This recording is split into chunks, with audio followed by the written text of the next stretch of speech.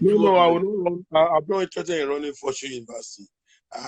In the first instance, I will get an appointment in the University of Cambridge to stay. Already I got an office right in there in the faculty.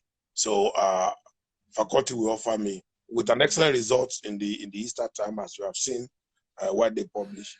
I will get an offer to teach. I could be teaching in Cambridge, and by that time maybe I'm close to 60.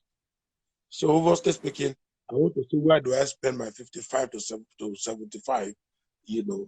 So obviously, I really expect that I want to teach, but I probably will end up in Cambridge. I'll be in Cambridge. They are lecturing, and it's very good for us because in the faculty right now we have only one black person in the whole faculty that is teaching. You know, Professor Cole. You know, so maybe I'll be second one there. Africa can boast of two at University of Cambridge George Business School. Isn't that amazing? You know, 95% of the world population have two in the faculty of business. That's funny. You know, so to me, it's not that one want to run any university. I don't need to run any business or any university. I just want to be comfortable with knowledge. I want to know. I don't want to be taken by surprise. And honestly, I must tell you, it really have been very helpful. It means knowing even area where I went wrong in the past.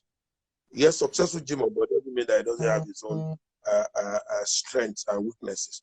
We are incomplete leader, and the earlier we know our weaknesses and work on it, and it will strengthen us to become quite successful. And there's no end to success, you know. And you know, right now, by the new study we did in Oxford when I was doing my master's there 2 years ago, it was discovered that the University of Oxford discovered that human beings are going to live very long now. They are going to live up to about 90 years before they die. But there are a lot of disasters. Why? Because of new improvements in health sector. Now, how long have you been to the hospital? So if anything wrong with you, you know what to use to take care of it. Doctors are more or less dealing with poor, very, very poor people. You know, if you are sick and you don't go reason why you are sick, you even have prescription. You even have free doctor online, you know, give you drugs. So obviously speaking, and there are lots of new things coming up, like vitamin C, things you take that energize you and give you a sustainable life. So obviously, people are going to live up to 90. Now the problem is that I don't know how you are going to walk from the age of 70 to 90. That's almost about 20 years. So what will you eat? Yeah. Will you build a reserve from age 1 to 70 that can last you that 20 years? If you rely on your children, they may look the other way. So they might say, well, they have their own problem. They don't have time. So there are people who die now, their children don't come for their burial. They live abroad. They say, well, they come here, they make and they wouldn't prepare. They just say £1,000 and that's it. So good night, daddy. They don't prevent them from doing anything. So this is the kind of, you need to be worried with this trend of new behavior. Why should you not be worried? You should be worried that nobody is taking care of you. Nobody may likely take care of you. And you have a wife to take care of. So in other words, you are going to feed yourself and feed your wife. So obviously, how will you do that? And for women, they can be secure with their children. So when your wife is 70, you say, oh, I'm going to meet my son. He has a grandchild. He's going to stay there for 3 months or 4 months. He's not coming back because he's enjoying there. By the time he comes back, oh, another daughter has go giving birth to a grandson. It's off again. She's off.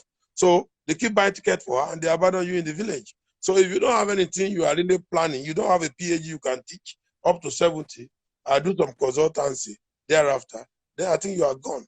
If I go to IMF to give a lecture, I know how much I collect. If I go to international to deliver paper, I know how much I collect. And I can still be doing this up to 70. It's not about business, it's not about anything, it's about the fact that you must to really, you know, divine a sustainable strategy for life. So that's your message for, to people. Yeah, those who think I'm acquiring a degree, I'm just improving my knowledge. For instance, if you have a 30-year-old degree right now in your hand, can you, what relevant are you to the new technological order? You are not relevant. Even if you study international relations 30 years back, they probably will tell you some stories about Karl Marx, about Thomas Hobbes, so about Marxist theory. But today we've moved beyond that to liberalism, to democratic peace pact. to constructivism, to family ideas. They are different from the theory that you learned in Ife 30 years back.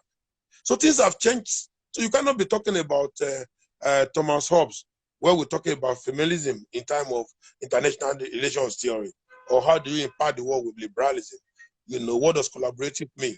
So all those things are quite different. We run today for critical issues. We look at what exactly can really solve it. So, but if you keep relying on your old knowledge that you acquire in degree of 30 years, 40 years, my brother, you might just be on one bus stop and might be difficult for you to move forward. So to me, I easily ask a simple question to individual that queries why I go to university to get degrees. Can you go to your wardrobe now and put on the clothes you want when you are in year one in effect and come out with it? Share this party. They will run away when they see you. Just go and pick that skirt that you used to wear in Ife, put it on your brows and come for the party. Or the trouser, bring it and come to the party. Somebody will want to talk to you. They will think you are insane. The same way it is with degrees. So degrees awarded 10, 30 years back is not relevant to today's journey for success. Let's talk about our foreign policy. Do you think what should be Nigeria's foreign policy now, in view of the challenges we're facing and all that? Is there a need for a review of our foreign policy? Well, I think we are missing some. We must tread very strategically. Those who are in charge of foreign policy must come up to advise the president very well, because yesterday was China. Today is about. Yesterday was Britain and the United States. Today is about China. Yesterday was America buying our oil. Today is about India buying our oil. Yesterday was about Britain giving us loan. Today is about China giving us loan. So the trend is changing. International order is reconceptualized in a new dimension. Now the key point here is which way do we go? We're in a dilemma. If we ask for anything from China, they will give us to tie us down. But the US is saying, is it the right loan you need to get? What is the impact of loan when you have a social disorder? It is not that getting loan is a big deal, I can tell you that. Dubai, United Arab Emirates, where I have my head office, is paying $148 billion. $148 billion. Population of 12 million people in the whole Emirates. Now, Nigeria is 200 million people, owing about $30 billion. So our debt ratio, to GDP is high, strong. But from where is this debt coming from? This is the problem. If it's coming from IMF is controlled by America. We are trapped down in America. If it's coming from China, China have a new agenda to rule the world. And should that lead to war, we will have challenges. Because you need to say where you belong if a third world war occurs. Are you China way or you are in the Western Bloc? And right now, we need to be a bit very careful in terms of whether we are doing, what kind of foreign policy we are actually looking at. We say we are liberals. So America is liberal, Nigeria is liberal. We all belong to liberalism. But the idea is that America is questioning our own additional at African Development Bank about ethical issues. In the bank, in which we have the highest investment. And we understand that liberalism is the fastest way of creating wealth. So is America going to remove additional from African Development Bank? And is that right? Is that the right thing to do based on ethical issues, which doesn't center on himself as a person? Because I went through all those queries, for instance. I see, for instance, additional is being asked, why did you employ female ladies? What does that to do with who? Why do you need to know your team? Why do you employ your colleague whom you may first start together in the university? Why should you allow somebody to go to a medical leave when the director of the physician of the bank had assigned that you go on medical leave? So obviously these are silly questions. They are nonsensical. And I don't think how that will work. That also shows to you the limit of the collaboration, cooperation, of the liberals. So America is liberal state, Nigeria is a liberal state, but they are disintegrated. They are against each other, as far as ADB is concerned. I like the government policy, which is that I'm going to stand by my own additional. I don't care whatever Trump charges that he brings up against him. That's good policy, but at the same time, how can we sustain it? because again, fighting America is like God. I mean, it's not easy, because America has got all it takes to submerge you. If they can submerge USSR in the Cold War, notwithstanding the crisis that went global with that submerging. For instance, you have the financial crisis, you also have the 9/11. So obviously these are still in our mind. But don't forget again, even the foreign policy in America changed after the 9/11 from democratization to some sort of forceful takeover and intervention in domestic affairs of other countries, contrary to Article 24 and 27 of the United Nations. But whichever way it goes, for Nigeria, I think we should be very careful. We should not be over ambitious. We should not be driven by money too much. In time of who give us money is the one we support. We should respect our sovereignty. The sovereignty is very important. If you look at it from the 15th century of Idua state to medieval state of 16th century, the loss of the authority of the king, to the Pope of England, as the head of Christendom, and of course the loss of Pope Papala of authority again to the king, and then what the King Henry VII of England, and what the king says is the law is what the law is, and of course the king itself lost his authority under the Westphalian Treaty of 1648 to the state now as a functional institution, not as a person. So therefore, it takes a lot to get this sovereignty, and I don't think anybody should joke with that sovereignty and allow it to go the other way just because you borrow some money and somebody take over the sovereignty. And China has the right to take over your sovereignty if your sovereignty is the collateral for the loan.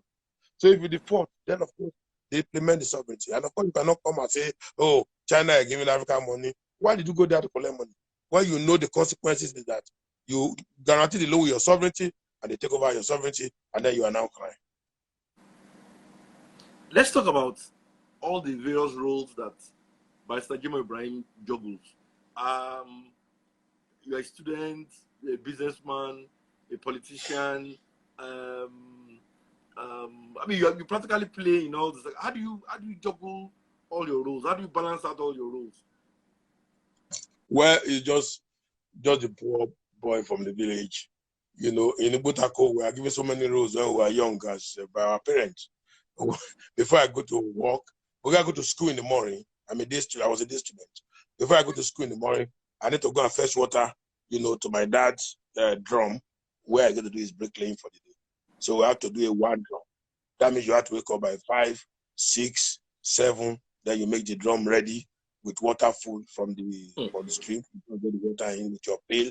You can imagine how many pail you're going to put in the drum before it gets filled up. So sometimes we can't fill it up. We get to about maybe 2/3. You quickly rush to go and dress up and go to your school. The moment you come back from school, there are conflicting interests. My mother wants to come to the farm to bring wood that we're going to use to cook at night. My father also wants to come back and join him where he's doing his bricklaying to complete the drum for the water you are fetching and get block close to the bricklayers that are doing their work. So obviously speaking, when you are not fetching water, you are taking block close to the bricklayers so that they can set a lot of blocks before the day goes by. So it's lots of responsibility, and you have to write why. And at the same time, we don't know Lagos. We haven't been to Lagos at that time. We just see people that come on holiday. They come on in December and say they are from Lagos. We stay at distance to look at them, just like we look at people with coronavirus.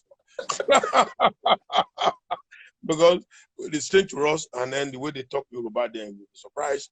They buy us bread, they give us this bread, this sliced bread, and then you go and put it on water, and then you allow it to foam up before you start eating bread from Lagos.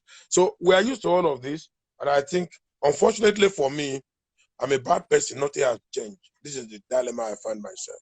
I thought at some point in time I should drop those bad behaviors and take the city behavior, but unfortunately, here I am. Why is that so? Why is that so? Well, because the city behavior is straight. You don't like wearing suit. You still eat food and all that. The city behavior is very straight to me. It requires so many things. For instance, if you are putting on glasses, it must be thick, like the one you are wearing now. It must have black ground. It must have. If I put that one on, wherever I put it, I won't find it again. Now, before you do that, you have to go and cut your hair. Don't see my hair now is very raw. The city people don't want this type of hair.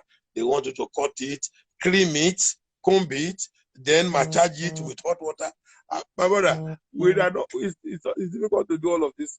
You know how you cannot cut your hair. You cut your hair once in a time. Then after that, you want to wear your clothes. The city people want you to have gator. They're going to have ironing. They're going to have stash. You are wasting value time, created by God for many things that is good. So to clean out. So also your car must have perfume smelling and all that. Your office, your table. We are coming from the farm. Why do you see table in the farm? So these are really direct opposite of each other. But that doesn't mean we will be repugnant to the doctrines in the villages. Also, it is not that we will accept 100% the doctrine in the cities. We will just continue to mix them together, and then we'll get there. But how did growing up in Ibutako, how did it prepare you for the challenges that you came up with later? It give me confidence. When I come to Lagos, with bombardment desire to succeed. So I was loaded, interested in burning the bridge between poverty and richness. I thought it was a major assignment, and I didn't compromise it. And there was no flexibility about it at all. Ibutako show you, the terribleness of life. And then so anywhere you go, you can confront situations. You can really submerge difficult times. And exactly that's what we do here. And I think that have been very helpful. When I went to Cambridge, for instance, right when I was in my first year, you need to pass 6 exams at PhD level, a written exam. And then, of course, you know how it is over there. And I have to sleep in the library. So when I'm in the library, I'm going to sleep, I sleep on the floor. I wake up, I stand up, I continue. So we've been not bath until 3 days. So sometimes 4 days. You just take banana around and eat. This also fits in the life.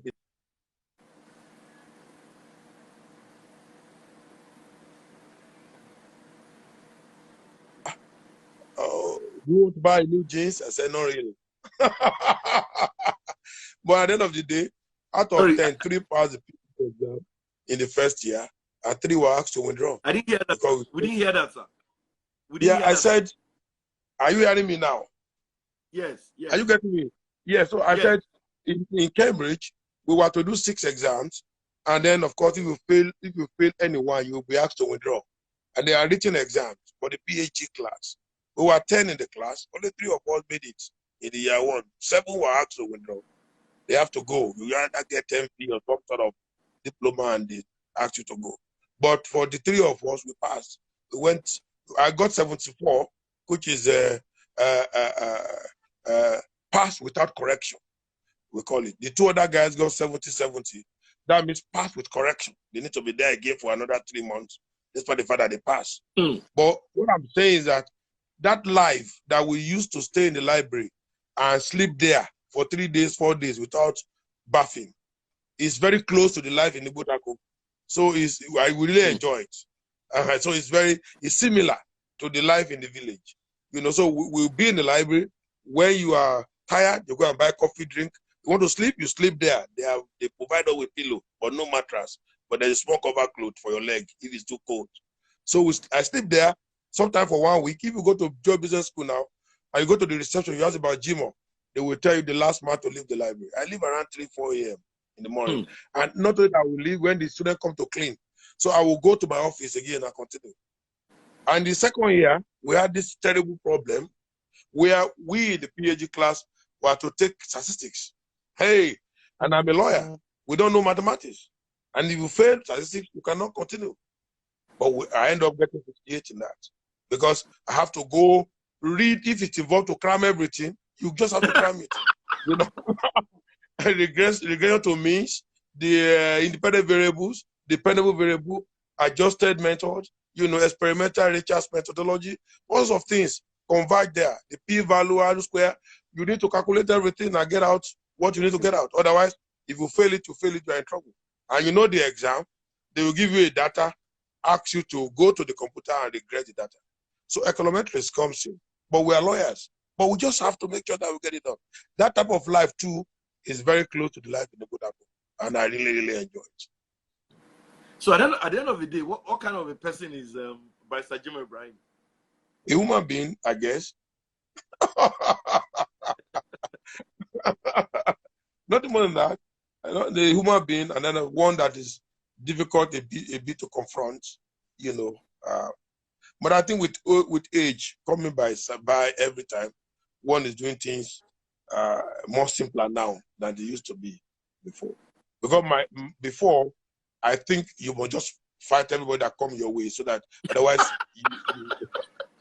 the theory is that anybody that come your way is an enemy. So you fight him first, you know, and if you realize it's not an enemy, then you can absorb it. But now, I see people as nice. I see people as good.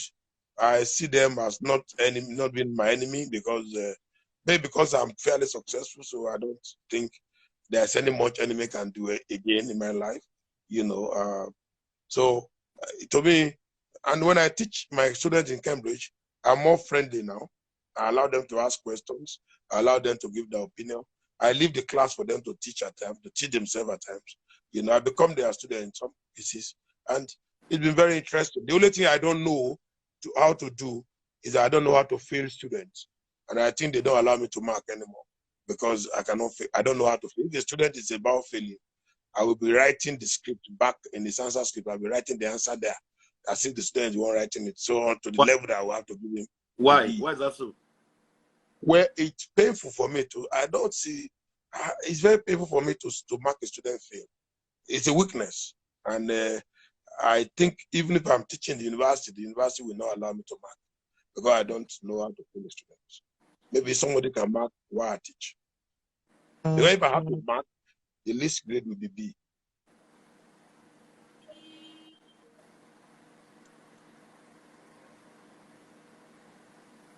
Hello? Hello, yeah, I can hear you now. Yes, so that's it. It's a weakness, you know.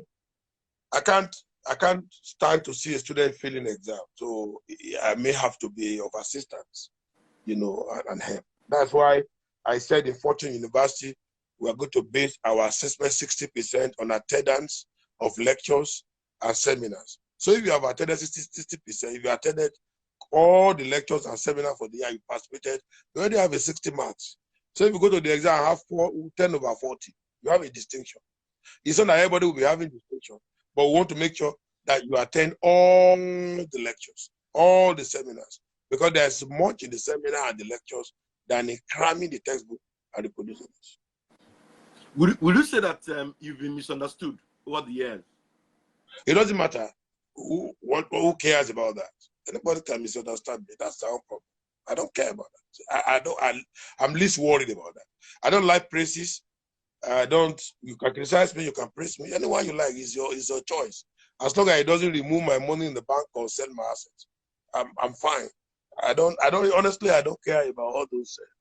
Those are cosmetics to say that people misunderstood you. Who are you? You can say anything they like. I've seen my staff criticizing me. I've seen my staff praising me.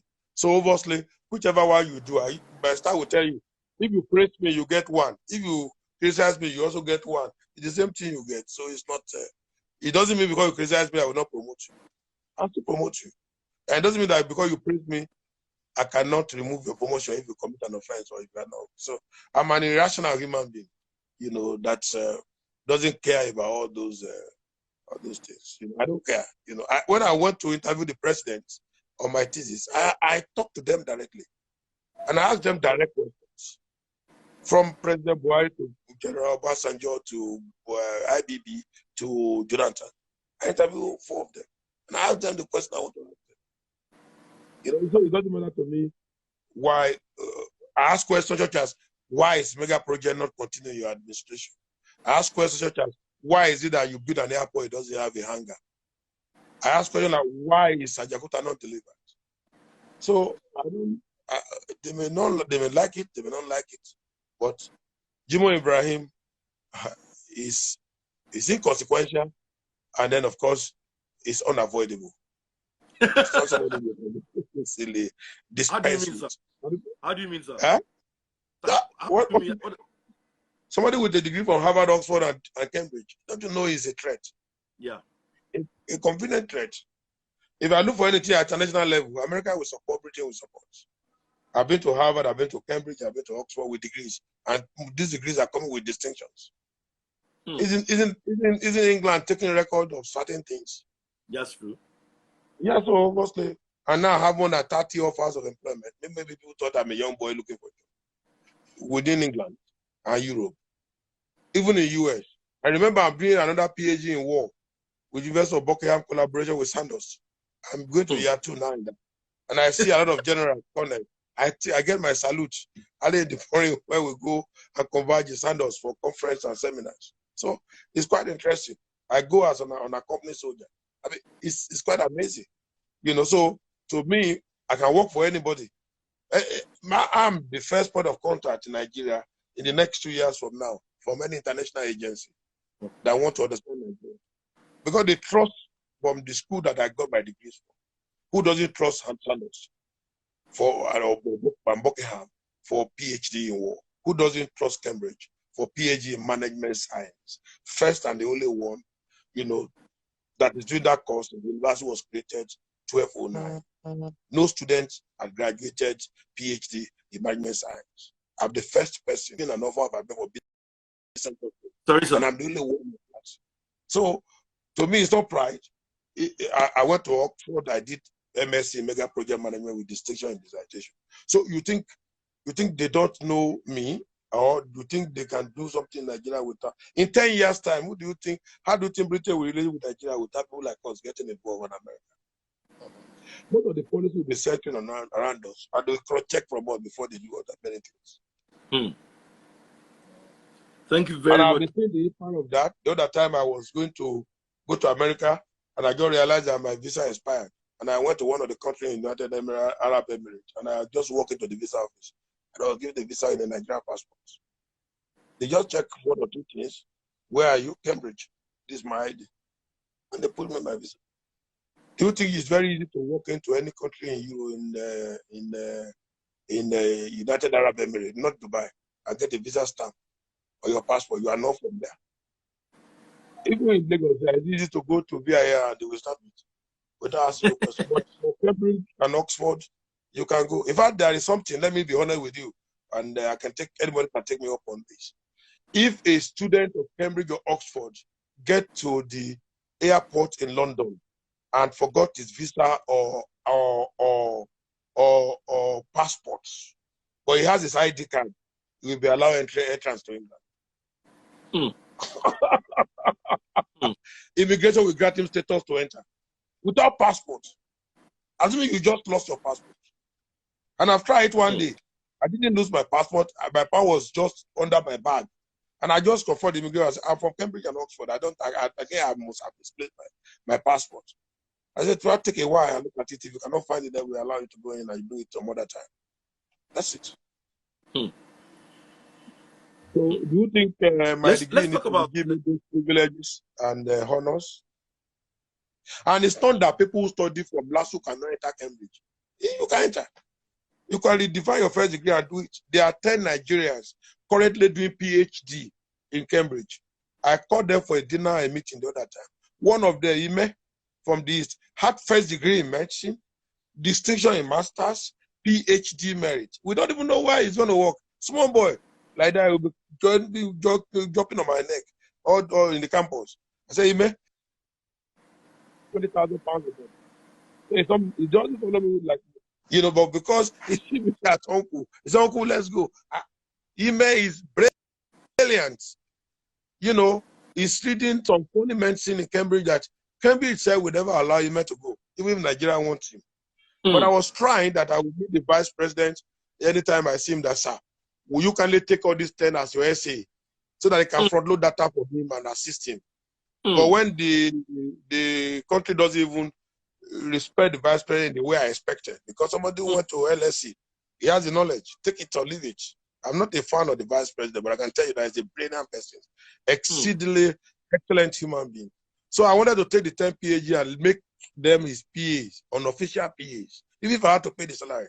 One is doing aeronautic engineering, PhD, Nigeria. 2 are doing chemical, with a lady is doing chemical engineering, sleeping in the laboratory every day.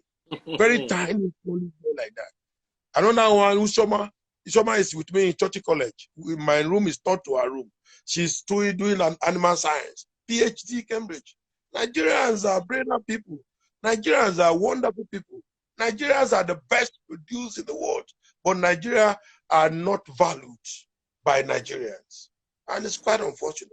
We need to change from this practice and then be able to celebrate this set of human beings. I don't know how many of them do PhD in Oxford, but I'm talking about Nigerians doing PhD in Cambridge. They are 10. And they are brilliant. Ayadi is there. He's doing land economy, which is architecture. He has offered professor from several universities. He's still a PhD Part 1 student.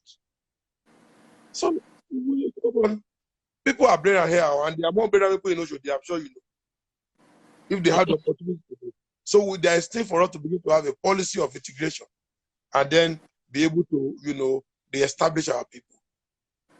But sir, that doesn't say that most of